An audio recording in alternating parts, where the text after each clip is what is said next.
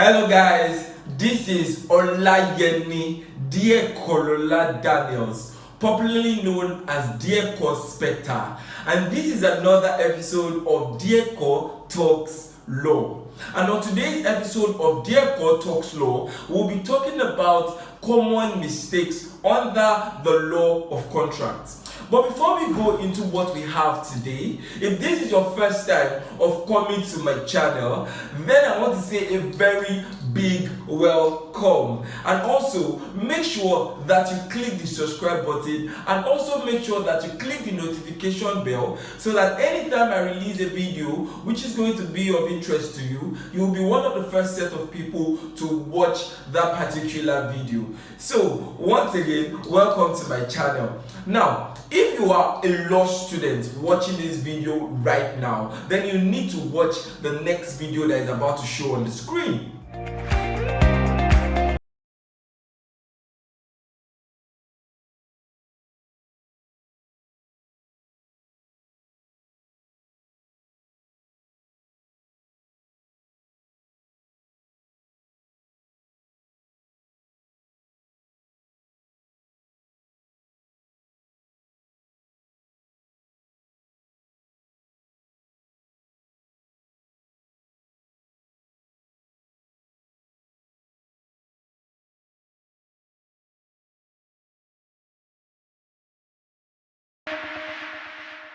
One beautiful thing about this app for me is the fact that for Nigerian cases, which is quite difficult to find online, you are going to find most of them on this particular app. That is number one. Number two, for me, when I'm looking for those Nigerian cases, especially when I want to read the full report, it is quite difficult to find Nigerian cases with full report.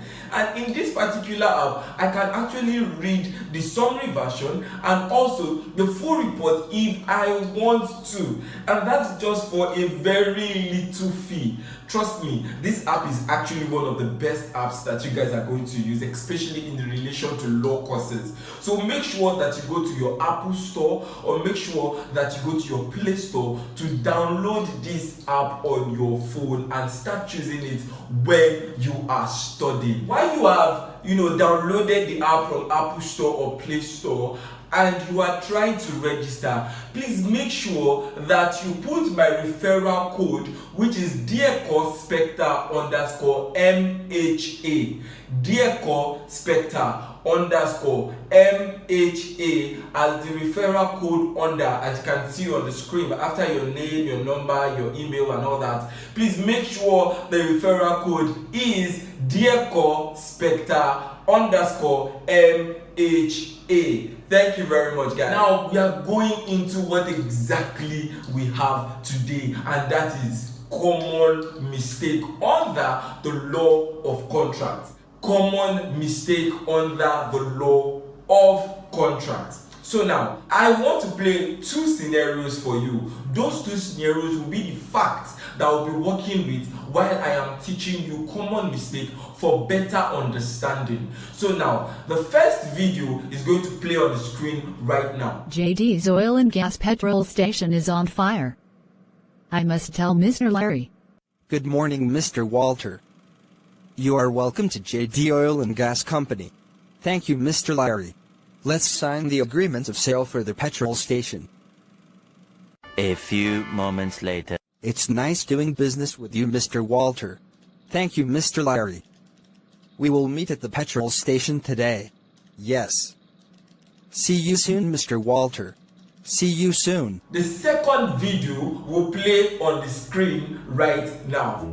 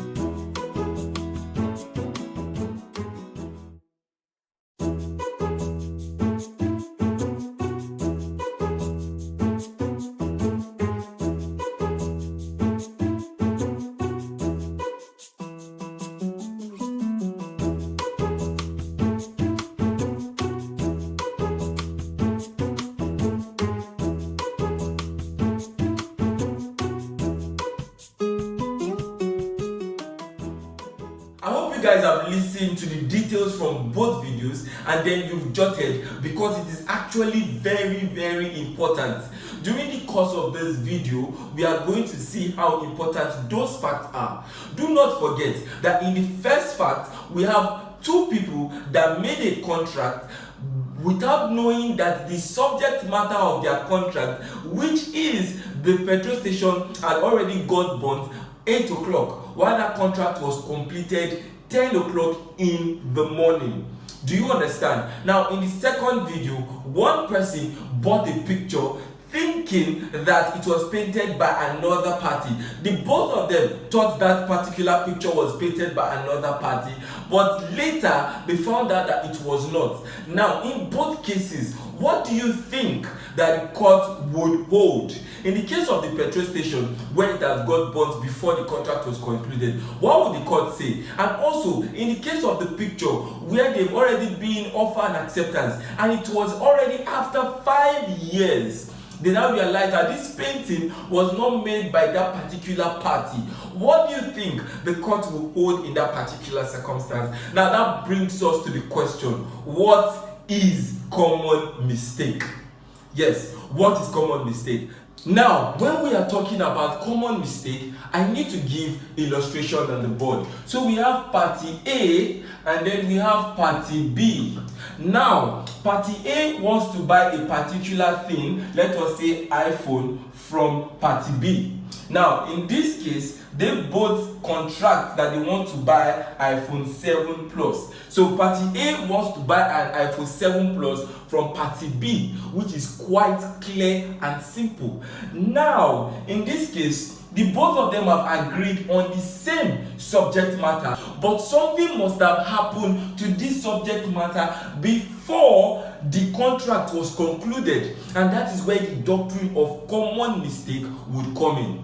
Do you understand? Now, when you are talking about the doctrine of common mistake, one thing that you have to know, which is very clear, is that there must be consensus ad idem, which means that there must be meeting of the mind, the first thing. Do you understand? If there is no meeting of the mind, then there is a very high tendency that is either unilateral mistake or most likely a mutual mistake. But where there is meeting of the mind, then we now look at the next thing, which is, was there anything wrong with the subject matter before the contract was concluded? Which is actually very important question, whether or not something was wrong with this subject matter before the contract was concluded. Do you understand that? Now, in any case where something happens to this subject matter before the contract was concluded, then the court is likely to say that the contract is void ab initio.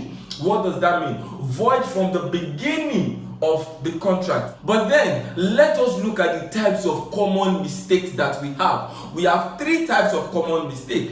We have res extincta, we have res sua, and as well we have mistake as to the quality of the subject matter. Most people do not like putting this third type of mistake as a type of mistake, but I prefer to put it. Now, the reason they don't like putting it as a type of mistake is something that we are going to talk about subsequently in this video. But let us go to the first type of mistake that we have, which is res extincta. What does that mean? It means that the subject matter has ceased to exist. Do you understand that? Now, when we are talking about the fact that the subject matter has ceased to exist in relation to this illustration, it means that before this contract was concluded, something had happened to this iPhone. Do you understand? Let us say that the iPhone just stopped working and it became inoperative, or the iPhone got burnt, or it got stolen. Whatever had happened to it, it just made the contract impossible. Do you understand that? Which means that something must have happened to this iPhone. Do you understand that? There are a lot of cases in relation to common mistake res extincta.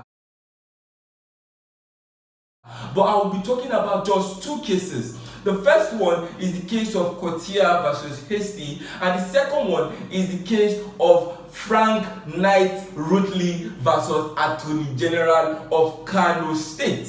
Now, to the first case,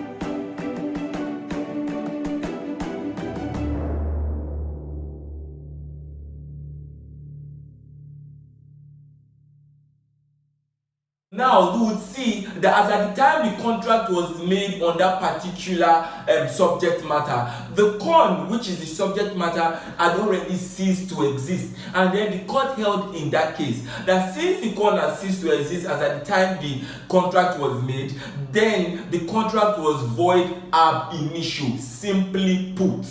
Do you understand that? That is quite simple and that is quite straightforward. And you can find the fact on the screen right now from the Precious Case app, which is an example of what I'm talking about. Here you can see the fact and then the judgment. Do you understand that? You can see how simple it is and how you don't need to stress. Now let us go to the second case of Knight Frank RUTLEY versus Attorney General of KANO State.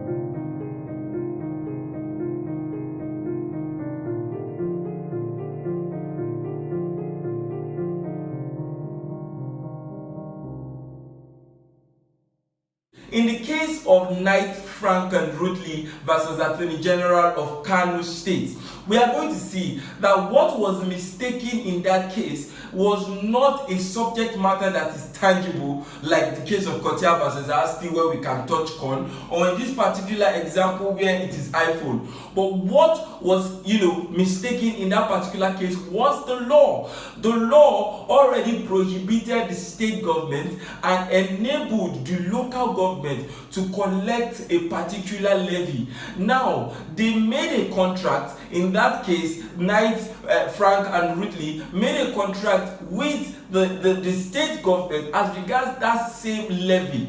That same levy that the state government, according to the law, cannot collect but the local government. The court held in that case that since the law in itself prohibits the state government from collecting the money, it means that there is a mistake as to the subject matter. The subject matter here being the levy, which has been prohibited by the law for the state government to collect. Do you understand that? Same applies to the case of COURTURIER versus HASTIE, where there was consensus out with them as to the corn on the ship, but they did not know that the corn already ceased to exist as at the time they were making that particular contract. You can see how easy and straightforward the res extincta is. It's very, very straightforward. Now, if we are applying this to the fact that I stated earlier, where the petrol station got burnt before the contract was concluded by 10 a.m. The petrol station got burnt at 8 a.m. The contract was concluded at 10 a.m. It already is very obvious that when that particular matter gets to the court is going to say that the contract is void ab initio. Why is it void ab initio? Because as at the time the contract was made, the petrol station had already gotten burnt. That is very, very easy. For more cases on common mistake as to res extincta, you will see them in Precious Case app, and they are lined up on the screen right now. You have all these cases on Precious Case app, so make sure you download it so that you can read and understand common mistake to the best. Now let us go to the second type of common mistake that we have, and that is mistake as to the ownership of the subject matter, also known as res swap. Now let me illustrate it in relation to this. Now I told you A wanted to buy an iPhone from B. Do you understand? And that's iPhone 7. In case of res extincta, what it means is that both of them minds met, but this iPhone ceased to exist. Now in case of res swap, B was not in fact the owner of this iPhone but A. Now, the both of them contracted to buy the iPhone, but they did not know that A, who wanted to buy the iPhone, was already the owner of the iPhone in question.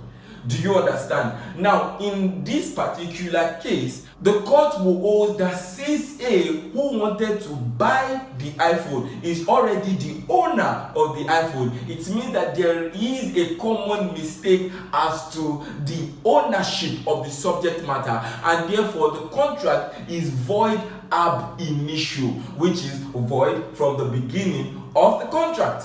Do you understand that? So since the contract is void, A would get his money back as well as the phone. Do you understand that? Now, for resource, I'll be talking about two cases, but in this video, I will explain one. You can find the other one on Precious Case app. Now, the first one is the case of Cooper versus Phibbs.